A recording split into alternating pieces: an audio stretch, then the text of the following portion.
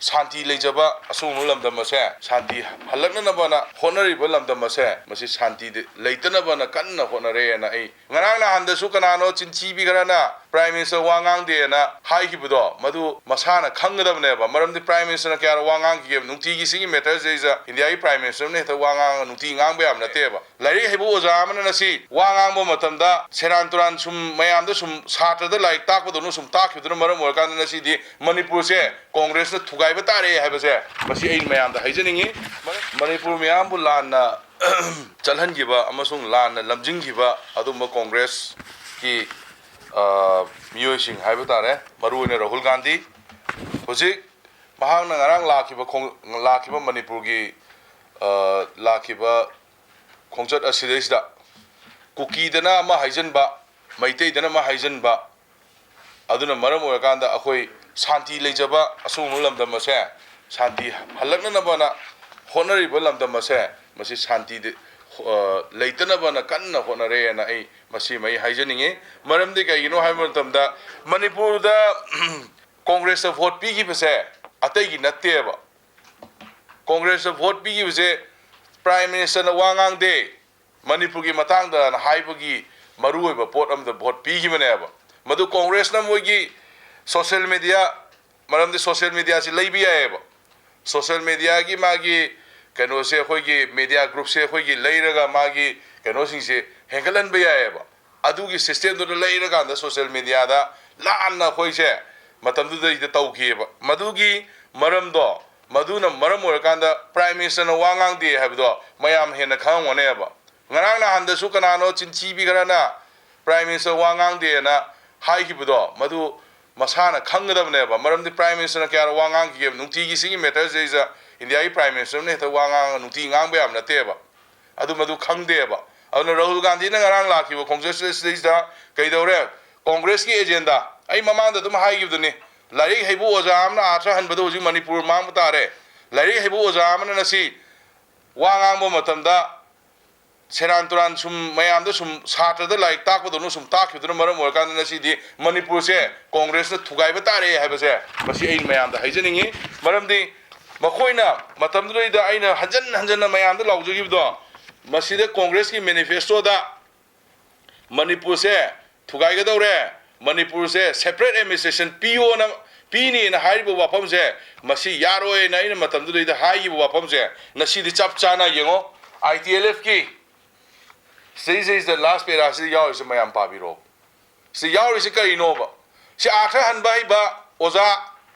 Manipur yon thoke na khanbo oza adu ma missing do madu khana nai na biro Manipur gi lai hibo mayam khana nai na biraga amu halapur ya brom tiyang bio.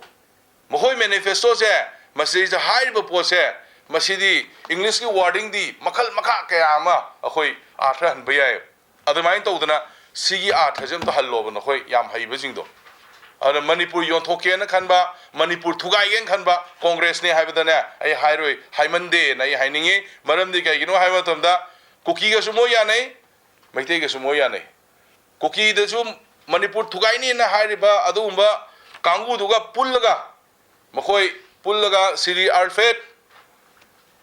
october gi hujuji mp oraba alfred che masiga di moi yanara satleba Madula sumai Manipur thugai gadam ne haina khali ba nupa do madu gi nupa du ga chaminai ba Alfredo madula sumai te sing na vote piye ba Congress is now sing na vote piye ba adu Manipur da su madu ma dol duna kuki ga amasung kuki haira kuki loin mo te kuki gi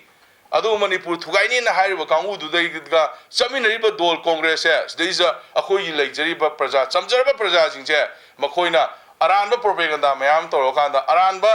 sigi news ki sugumba haibatare publicity social publicity gi khudong chaba sing je loga masigi kano sing si torokanda false propaganda sing torokanda na sidi praja sing na moida vote pigi ba aduga nasina manipur thugaina na bugi chap chaba adu ba ngarang gi ITLF ki memorandum da yaure aduna masi kari dogduri ge haibase masi mayam puno na khoi khanmin na ba matam laib Ana Congress na tawgada thabak sing tawroida thabak sing mayam mamang da haiba ngame makhoi masin dagi Congress ki matam da mi hat ki de na akhoi da record leine 2000 kaya kaya bu moi matam da paige adugi matam da hat ki mi masing kaya no madugi da mata khoi government is prosecution sanction pire pa matam da madu mayam no moina nuai te ne kari gi no ba akhoi jati je sum hadal laga sum muthal laga loisan ja hebra kuki gi matam da su to gi se kari gi no hojik honorable akhoi gi mp anina hojik masi pa khum pi ba da ka le ba suspension of operation 2008 ta taweba su se karama makhal ga su tawge ba su tawba hai se moina india gi army singda natraga na khoi public singda natraga na khoi indian gi security force inda khut tharaba matam da madu peace leina na ba madu idam ta suspension operation natraga na peace stop haina tawnari ne ba adu moina su tawgi matam moi masa khangna indian national nataba national india gi mioi nataba mapan gi mioi singa loina su toiba nasidi akhoi gi lamdam du da vote kariba Sushindro district vote kariba honorable mla singje masi mokhoina hairaga congress ne insel laga mado nokhoi amta wari sanaba yaroi na nasi akhoi go kana gumba mla akhoi gi marak sida fauna badile be akhoi gi di Sushindro gi kariba mla singje mi mo phone da nasi pa bona dre mi gi tang hung matung da ado congress na su jing do moi matam da moina moi anek pa su oibanina Myanmar de poraga to su oibanina mokoina su jing do hair ga insel laga nasi de akhoi ga paw phona bangam de masi akhoi gi praja puna mon khang de masi akhoi na lawi akhoi na hai suspension of operation je masi yaro ena lawi se akhoi ne masi kakthak kadam ni hai na lawi se akhoi ne ba akhoi gi sarkar sina ne ba nasi akhoi gi assembly je law kanda decision law kanda su se akhoi withdraw tawre akhoi toy na hai se akhoi gi sarkar sina to pana te masi akhoi khang de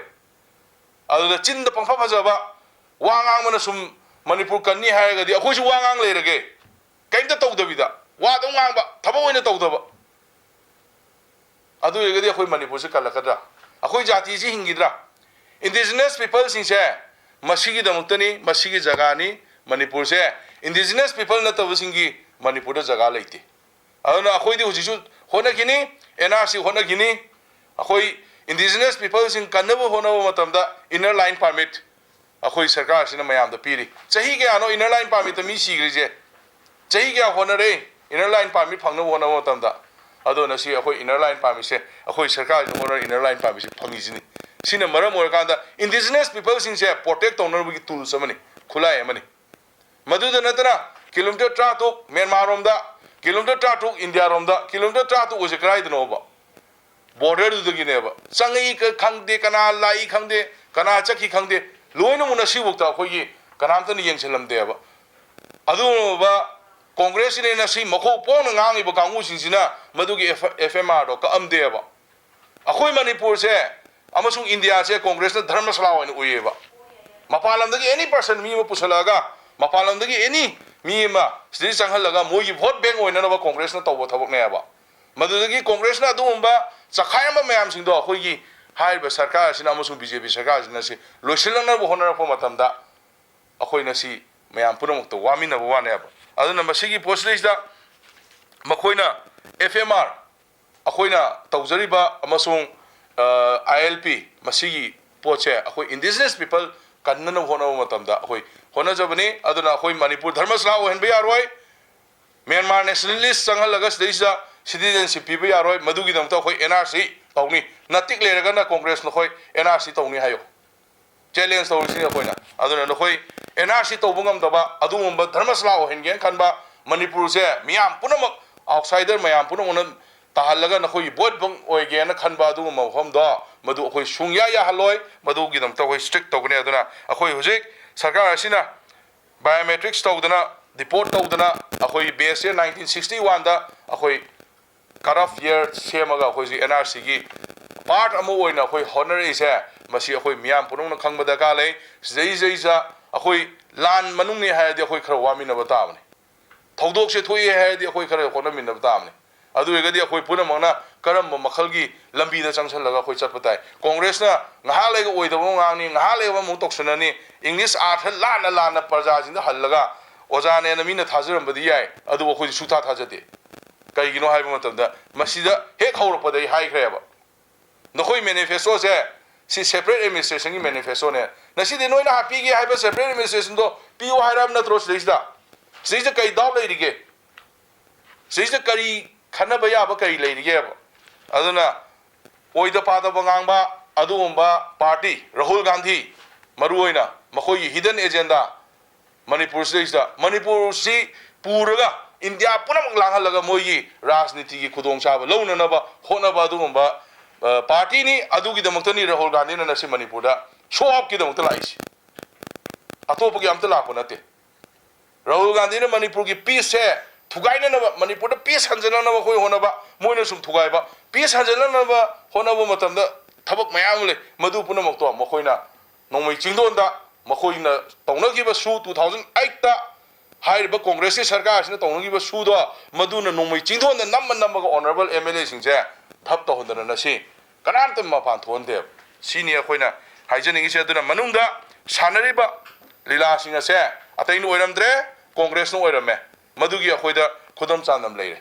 maramdi makhoina hojik hairiba ina sai amuk panjare kuki ga khoigi hojiki hairiba suna yariba group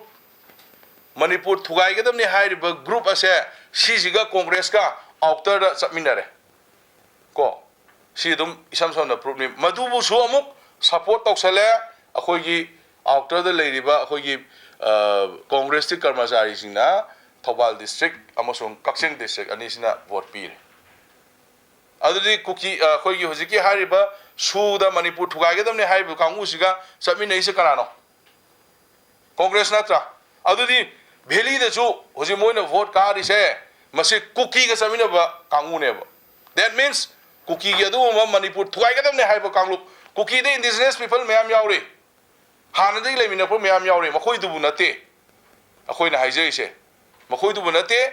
makhoi adu ba mioi Manipur thugai ga dam ne haiba mioi do maduga haiba outer gi MP amasung inner gi MP siga chapminaraga Manipur thugaina na ba sinle haibase masi ai miyang khom da haijari aduna ai losinjar pada mayam punau ta muka naina thamjari hairiba du ba congress ki Rahul Gandhi na Manipur la ga Manipur asibu miyam da lungmai da hapaga yolaga mokhoi vote ki bank oina ba musum election ki propaganda ta no hona bani aduna Rahul Gandhi na Manipur peace thugaina na ba honai haiba pose